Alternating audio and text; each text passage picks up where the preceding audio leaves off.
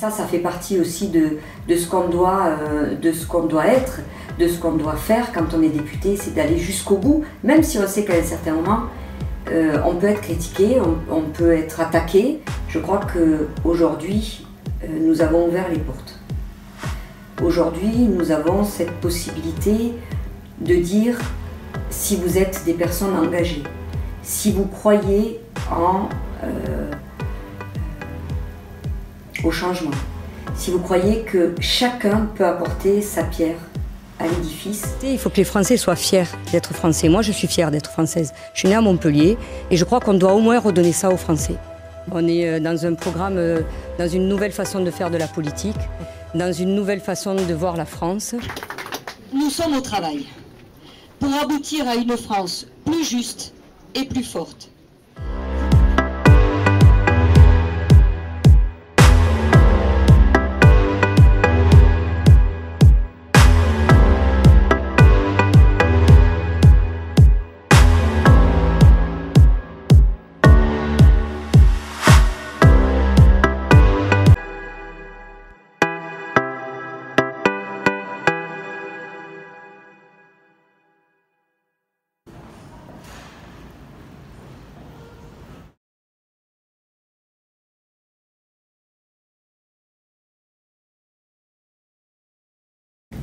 Il y a un an, je suis arrivée à l'Assemblée pour la première fois le 21 juin 2017. Je suis arrivée à l'Assemblée avec un regard complètement différent, moi qui avais été collaboratrice de député de Gilbert Rozot. Quand je suis arrivée ce 21 juin 2017 et que je suis rentrée pour la première fois dans l'hémicycle, la première pensée a été pour mes grands-mères. Mes grands-mères qui se sont battues pour avoir le droit de vote. Ces femmes qui ont connu, qui ont été épouses d'anciens combattants, qui ont connu des moments difficiles de leur vie et me dire qu'aujourd'hui, elles n'avaient pas la chance de me voir. Et c'était une fierté pour moi d'être dans cet hémicycle et de représenter aussi les femmes de ma famille, les femmes françaises, les femmes qui ont une histoire particulière comme la mienne, des femmes qui peut-être ont quitté ou ont fui le régime franquiste à l'époque et se sont retrouvées en Algérie où elles ont connu de très belles années et puis elles sont revenues en France et en métropole plutôt. Et quand elles sont arrivées en métropole, eh bien, les choses étaient encore différentes pour elles. Et voilà, elles m'ont beaucoup apporté. J'ai eu une arrière-grand-mère que j'ai eu la chance de connaître et qui a connu d'ailleurs mes filles. Et tout ça, ça fait partie aussi de mon ciment, de ma façon d'être. Et donc, je ne sais pas pourquoi, je ne l'explique pas, mais ça a été ma première pensée quand je suis arrivée dans l'hémicycle. Et ma deuxième pensée, elle a été pour Georges Frêche. Deuxième pensée parce que j'ai cherché où il était dans l'hémicycle, où était assis Georges Frêche dans l'hémicycle, parce que c'est quelqu'un à qui je dois beaucoup. Alors en règle générale, un député ou une députée n'a pas de semaine, c'est pas du lundi au vendredi ou du lundi au samedi. Les agendas se bousculent un petit peu, mais en règle générale, on arrive à rester en circonscription le lundi. Très souvent, on arrive à partir du lundi soir à Paris ou le vendredi matin tôt pour être à la première réunion de groupe du mardi matin.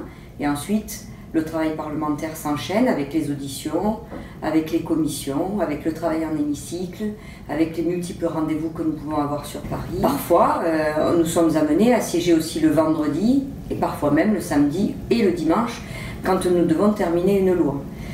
Ça, c'est une semaine un peu compliquée quand nous devons rester le vendredi, le samedi ou le dimanche, parce que du coup, le travail en circonscription se voit diminuer. Sinon, on revient le jeudi soir ou le vendredi matin de bonne heure, et là commence le travail en circonscription, qui est le vendredi, le samedi, le dimanche et parfois le lundi. Donc, travail que nous faisons avec des rendez-vous que nous pouvons avoir à l'extérieur de ma permanence Et sinon, je reçois à ma permanence. Il m'est arrivé aussi de recevoir le dimanche à ma permanence quand je me suis vue obligée de recaler certains rendez-vous. Et je crois que pour la première fois, nous avons enfin quelqu'un, enfin un président de la République, qui a décidé de dire on va arrêter de donner ou de saupoudrer juste pour dire d'avoir une bonne conscience politique. La conscience politique, c'est de trouver des solutions pour que les personnes en difficulté puissent sortir de chez elles, avoir une activité, retrouver des contacts qui les amèneront forcément à retrouver du travail ou à retrouver déjà l'envie de vouloir faire autre chose. Voilà. Et moi, je crois profondément à la politique que souhaite Emmanuel Macron et pour laquelle j'adhère depuis que Emmanuel Macron a décidé d'être candidat et ensuite président. Je crois que le choix d'Emmanuel Macron sur les investitures des députés de l'AREM sont aussi à voir comme une avancée. Parce que je crois que nous sommes 7 ou 8 députés à ne pas avoir le bac. 7 ou 8 députés, ça paraît très peu à l'AREM, mais en même temps, est-ce qu'il y a 20 ans, on nous aurait donné cette chance? Je ne crois pas. Je ne crois pas qu'on nous aurait donné cette chance au mandat précédent. Je crois qu'aujourd'hui, nous avons ouvert les portes. Aujourd'hui, nous avons cette possibilité de dire, si vous êtes des personnes engagées, si vous croyez au changement, si vous croyez que chacun peut apporter sa pierre à l'édifice, eh bien moi je crois qu'effectivement Emmanuel Macron a prouvé que l'on pouvait être député sans être une personne peut-être avec ayant fait de hautes études. Voilà. Il a donné sa chance à tout le monde. Alors ce que je trouve bien aussi quand on a la chance de siéger comme moi au conseil de métropole de la ville de Montpellier ou au conseil municipal, c'est que quand vous avez une opposition qui raconte des bêtises, et souvent des mensonges d'ailleurs, j'ai la possibilité de rectifier, j'ai la possibilité de dire la vérité, parce que je crois qu'il est important de dire la vérité aux Français. Et d'ailleurs, ce qui est intéressant, c'est que ces conseils municipaux ou ces conseils de métropole sont filmés. Ce qui fait que je peux, moi aussi, garder ces vidéos pour montrer aussi aux Français qu'il y a des personnes qui leur mentent. Moi, devant la bêtise humaine, devant l'injustice, devant les discriminations, jamais je me tairai. Vous savez comment ça fonctionne. Donc, je suis commissaire à la Défense, et donc on a des commissions, on travaille, on a des auditions. Donc, quand je ne suis pas dans l'hémicycle, c'est parce que je suis en audition.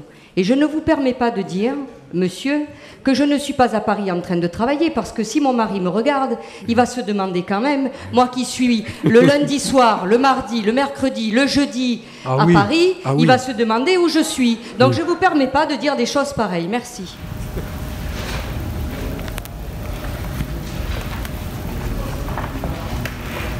Il y a beaucoup de travail que l'on ne voit pas, le travail des auditions en commission. Moi, je fais partie de la commission de la Défense et des Armées. C'est une commission où très souvent nos auditions sont à huis clos. C'est pour cela que nos auditions ne sont pas filmées et on a donc du mal parfois à penser que nous sommes en train de travailler parce que le travail que nous faisons ne se voit pas forcément. Voilà. Donc, mais c'est tout le travail d'un député, c'est aussi d'être en commission et en audition. Parfois on peut avoir 2 heures d'audition dans une journée, mais on peut en avoir 6 heures ou 8 heures. Et il y a tout le travail aussi qui est en hémicycle. La charge de travail, la confiance que nous ont attribué nos électeurs, les Français, eh bien on se dit que jamais on ne doit les décevoir. Et pour ne pas les décevoir, il faut travailler. Donc moi j'ai toujours énormément travaillé. Et même si parfois c'est du travail dans l'ombre, je ne suis pas forcément quelqu'un qui me montre beaucoup, mais on peut me faire confiance. Je suis quelqu'un qui œuvre beaucoup avec toujours le sentiment de me préoccuper au quotidien des Français et de tous les Français.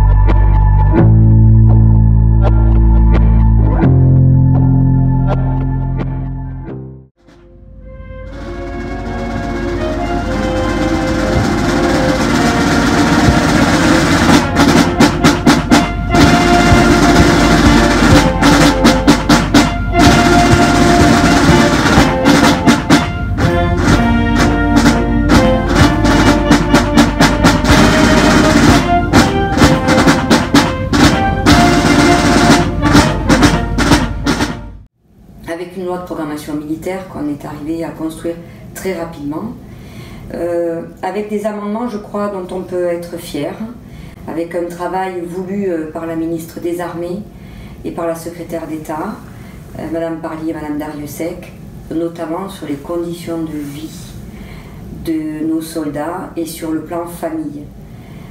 Je crois que le fait aussi d'avoir amené la parité dans l'hémicycle, on y est quasi à la parité, on apporte aussi, nous les femmes, peut-être un regard différent, un regard peut-être d'épouse, un regard peut-être et sûrement de maman. Et dans cette loi de programmation militaire, il y a un amendement dont je suis plutôt fière, que j'ai vraiment porté du fond du cœur, c'était la problématique du syndrome post-traumatique. Et il y avait un amendement, puisqu'il était inscrit dans la loi de programmation militaire, simplement nos blessés physiques. Nous nous étions engagés pour nos blessés physiques et j'ai pu amener à ce qu'on change et qu'on précise que les blessés ils peuvent être physiques, mais ils peuvent être aussi psychiques.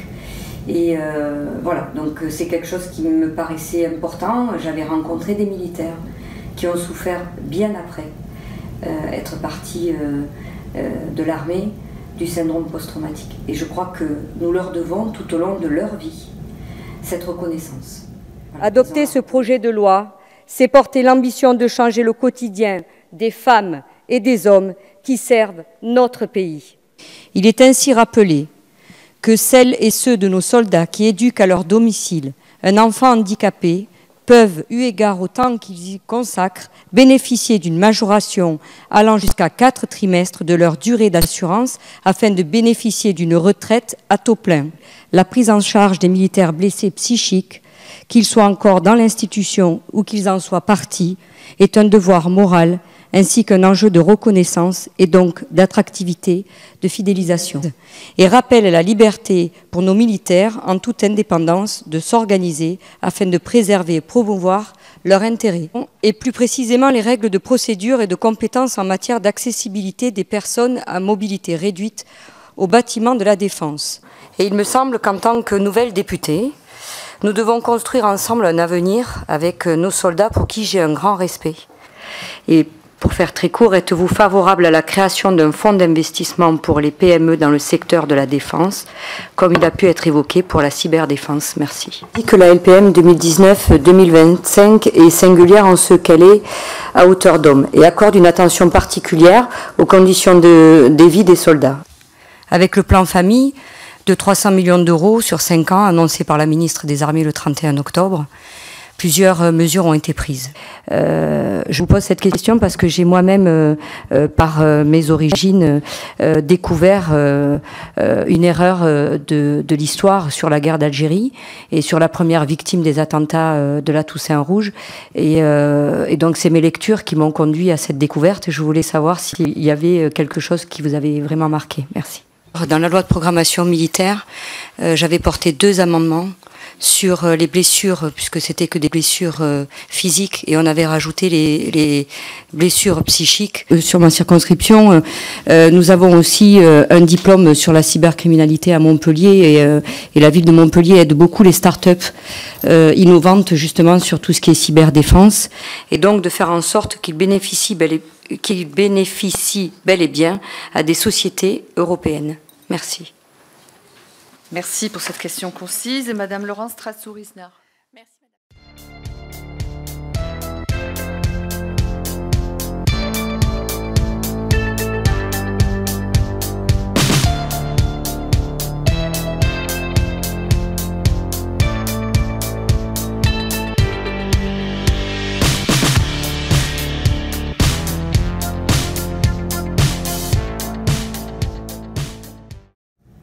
Alors nous étions engagés avec Emmanuel Macron à transformer la France.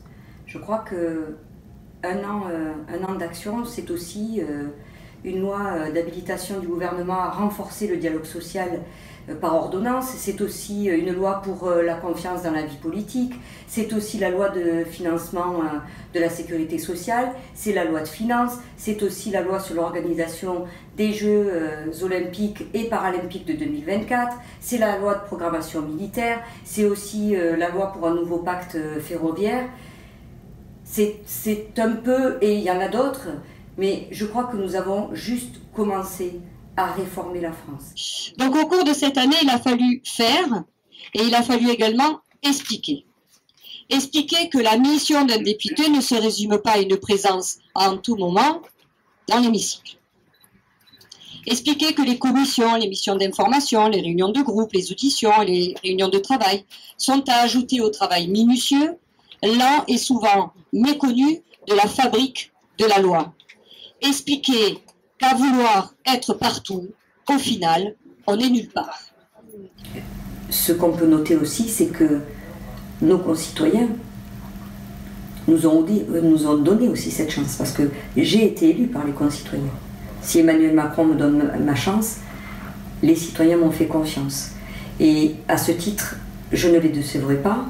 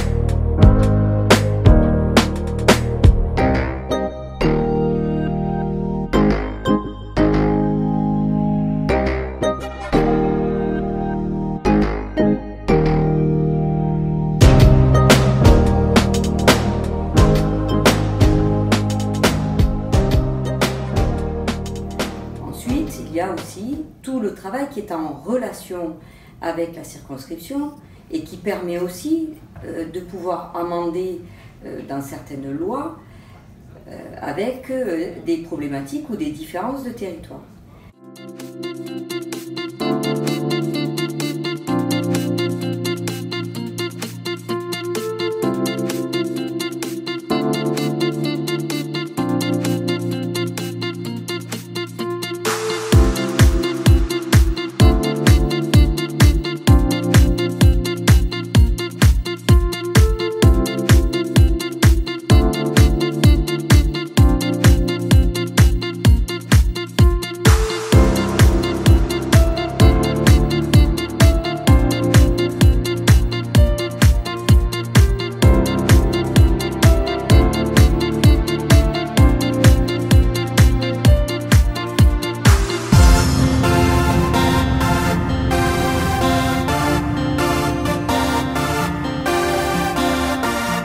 Ciao bello!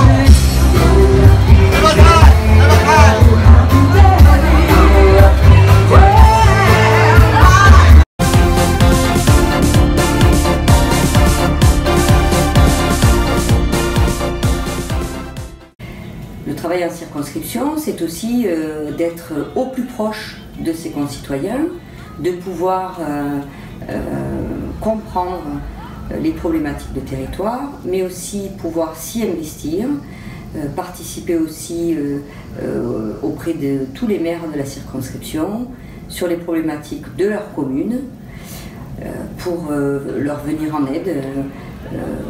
Pour citer un exemple, sur la loi du littoral ou aussi la loi SRU, les problématiques différentes entre le rural, l'urbain ou les problématiques rencontrées sur des villes qui sont aussi des communes estivales. Et puis il y a aussi tout ce qui est commémoration, relations avec les entreprises, les visites économiques, qu'elles soient liées au sport ou aux différentes entreprises de notre territoire. Sans vous, on ne peut pas réaliser une loi. Sans les citoyens, on est isolé dans un bureau et on décide seul d'amender une loi. Mais moi, je ne vois pas le rôle d'un député comme ça. Alors parfois, on est critiqué parce qu'on nous dit qu'un député est là pour faire la loi. Et bien, moi, je ferai la loi, mais je la ferai avec vous. Voilà. Depuis la création de la maison d'arrêt en 1990, jamais le nombre de détenus n'avait été aussi élevé. Si un prisonnier est bien, il sera mieux réinséré. Voilà. Et pour moi, c'est le plus important. Même les touristes, ils nous parlent toujours du Languedoc. Je crois qu'il y a vraiment cet ancrage du Languedoc. C'est une autre façon de travailler, c'est évident. On est plus attentif, et puis c'est plus grand. Je n'ai pas que la ville de Montpellier sur ma circonscription. Il faut aussi que je puisse avoir un regard sur les autres communes. Donc c'est un regard différent, c'est un travail différent. Madame, j'ai appris avec plaisir que vous fêtez le 17 août 2017 votre 100e anniversaire. Je tiens à vous exprimer, à cette occasion, mes très vives félicitations, accompagnées de mes vœux les plus chaleureux. Je sais que la célébration de votre anniversaire est l'occasion pour ceux et celles qui vous sont chers de vous témoigner toute leur affection. Vous avez décidé, après 40 ans de silence, de devenir, comme vous le dites si bien, la mémoire vivante, mais presque irréelle, de la barbarie du régime nazi et de cet enfer que vous avez connu. Je veux saluer ce choix et vous remercier pour les nombreuses actions que vous avez menées au service de la transmission du souvenir de cet épisode tragique. Votre travail est particulièrement précieux auprès des jeunes générations, tant il leur rappelle l'importance de défendre la paix et les valeurs républicaines de liberté, d'égalité et de fraternité. Nous avons envers vous, ainsi qu'envers toutes les autres victimes de la Shoah, un devoir, celui de porter vos voix. En vous adressant mes amicales pensées, je vous prie de croire, chère madame, à l'assurance de mes hommages. Et il a écrit « Toutes mes félicitations et merci pour votre action, avec tout mon respect, Emmanuel Macron ».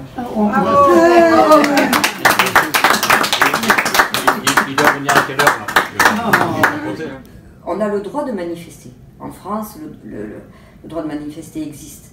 Mais le droit de saccager, non. Manifester, c'est pas saccager, c'est pas taper sur la police. La police est là aussi pour sécuriser. Et je crois que dans ces moments-là, on doit apprendre à faire confiance aux policiers qui sont en exercice sur ces manifestations.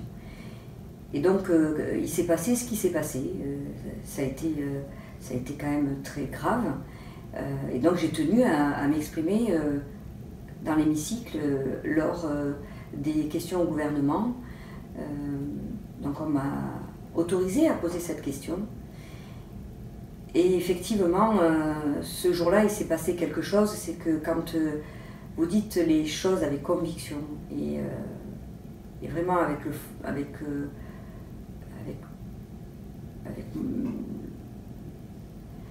comment dire,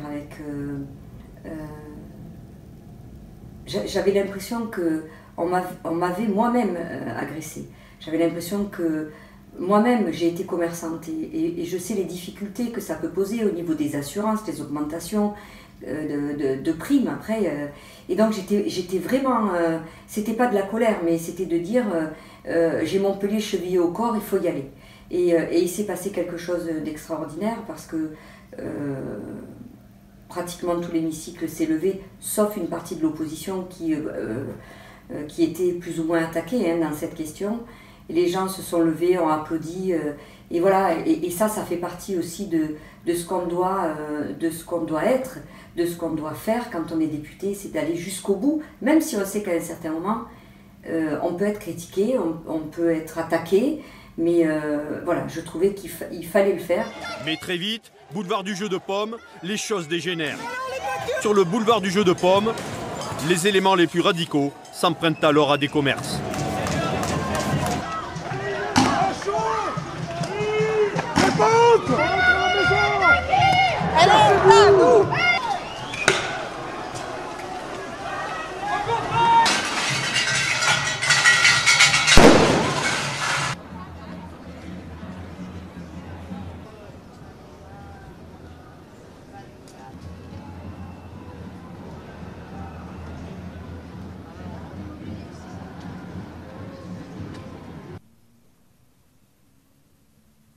Madame Patricia Miralles.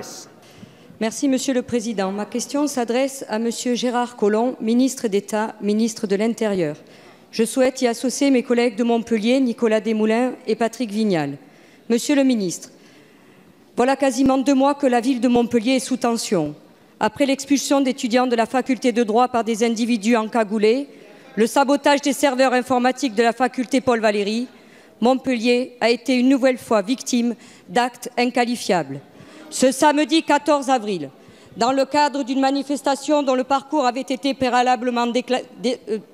pas été préalablement déclaré, 200 individus au visage dissimulé ont pénétré le quartier de l'Écusson, venus armés de pierres et de marteaux, avec la volonté délibérée d'entrer en confrontation avec les forces de l'ordre. Ces professionnels du désordre ont saccagé et incendié le matériel urbain ainsi que les vitrines et façades des commerçants du centre-ville. Permettez-moi d'avoir ici une pensée pour les 7 fonctionnaires de police blessés au cours de cette intervention. Loin de plaider l'apaisement, l'élu de la circonscription s'est ému dans le cadre d'un communiqué d'un dispositif policier disproportionné et incompréhensible et sous-entend désormais que les forces de l'ordre auraient favorisé un itinéraire propice au dérapage.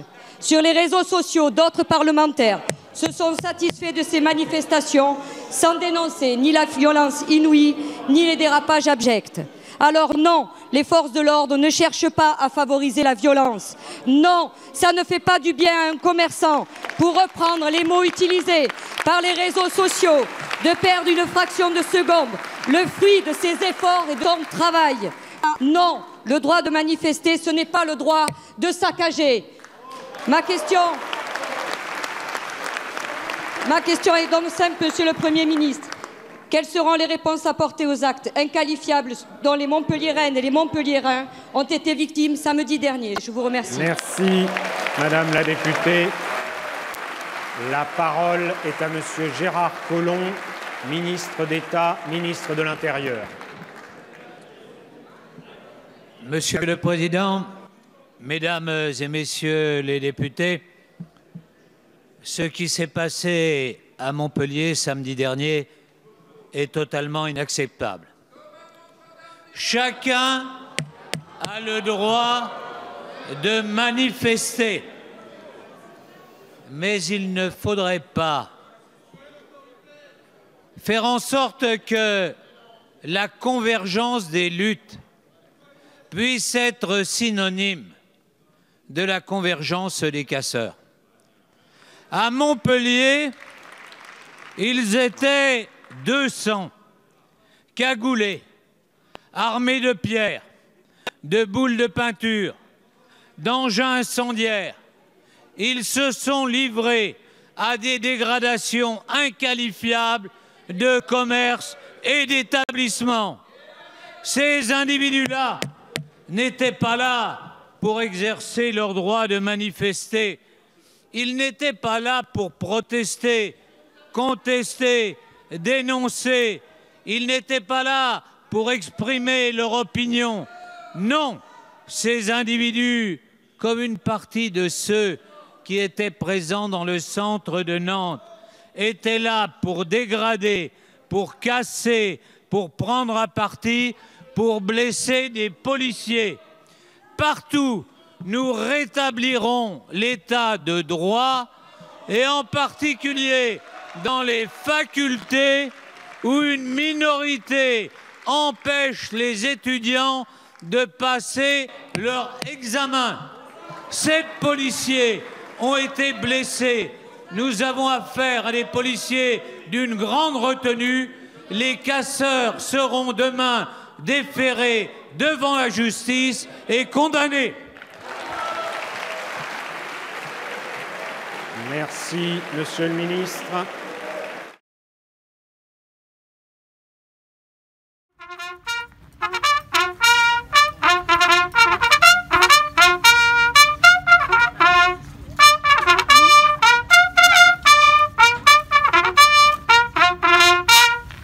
Madame la députée Patricia Mirales à venir au pupitre pour son test.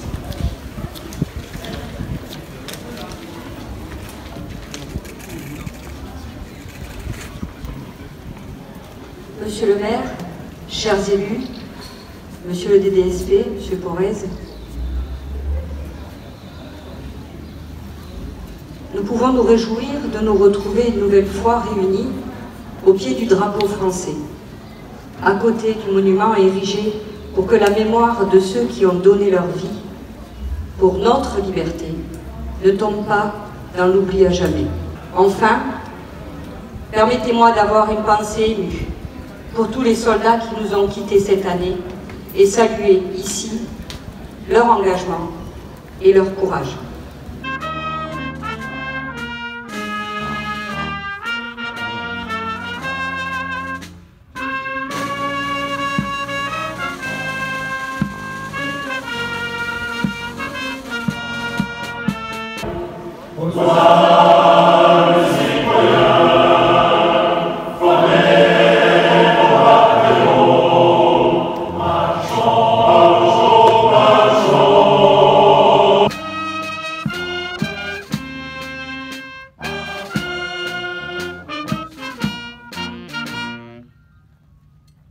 Député de notre circonscription, accompagné de président.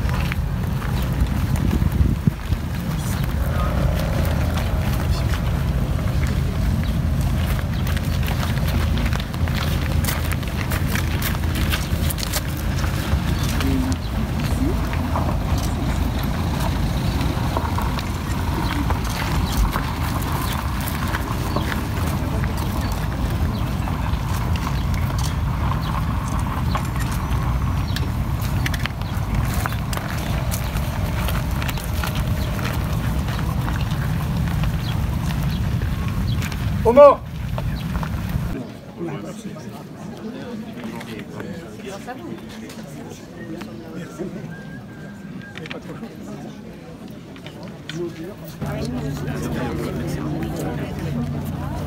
Accorde à ceux qui vivent de la mer un temps favorable, une pêche fructueuse et le retour sain et sauf à bon port.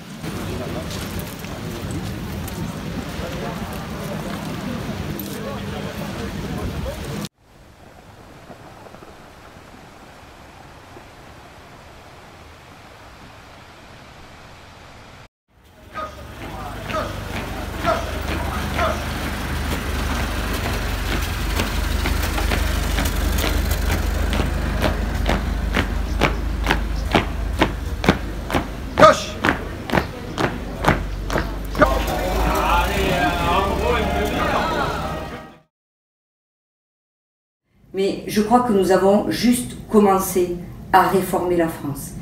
Nous avons encore 4 ans d'exercice, il faut continuer. Nous nous étions engagés il y a 1 an à réformer ce que nous faisons depuis 1 an. Nous continuerons et nous ne lâcherons rien. Avec Emmanuel Macron, la feuille de route est très claire, nous ne lâcherons rien. Je sais que nous avons pris des décisions où nous avons travaillé sur des réformes qui sont impopulaires. Alors c'est courageux, je trouve, parce que souvent on entend quand nous sommes dans les marchés ou quand vous faites les campagnes, les gens vous disent oui, nous en avons marre, on ne réforme pas, il y a des avantages pour les uns. Alors chacun voit midi à sa porte, c'est vrai. Je crois que la France avait besoin d'être réformée. La seule chose qu'il faut aujourd'hui, c'est que nous ne pouvons pas en un an faire ce que d'autres n'ont pas fait depuis 30 ans. En un an, je pense que nous avons fait beaucoup de choses. Nous sommes engagés à continuer, nous continuons.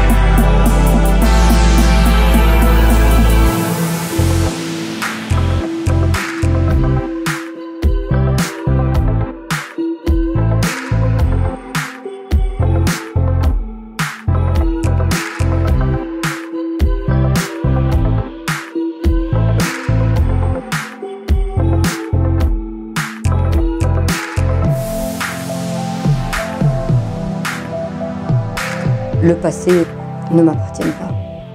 Je regarde l'avenir.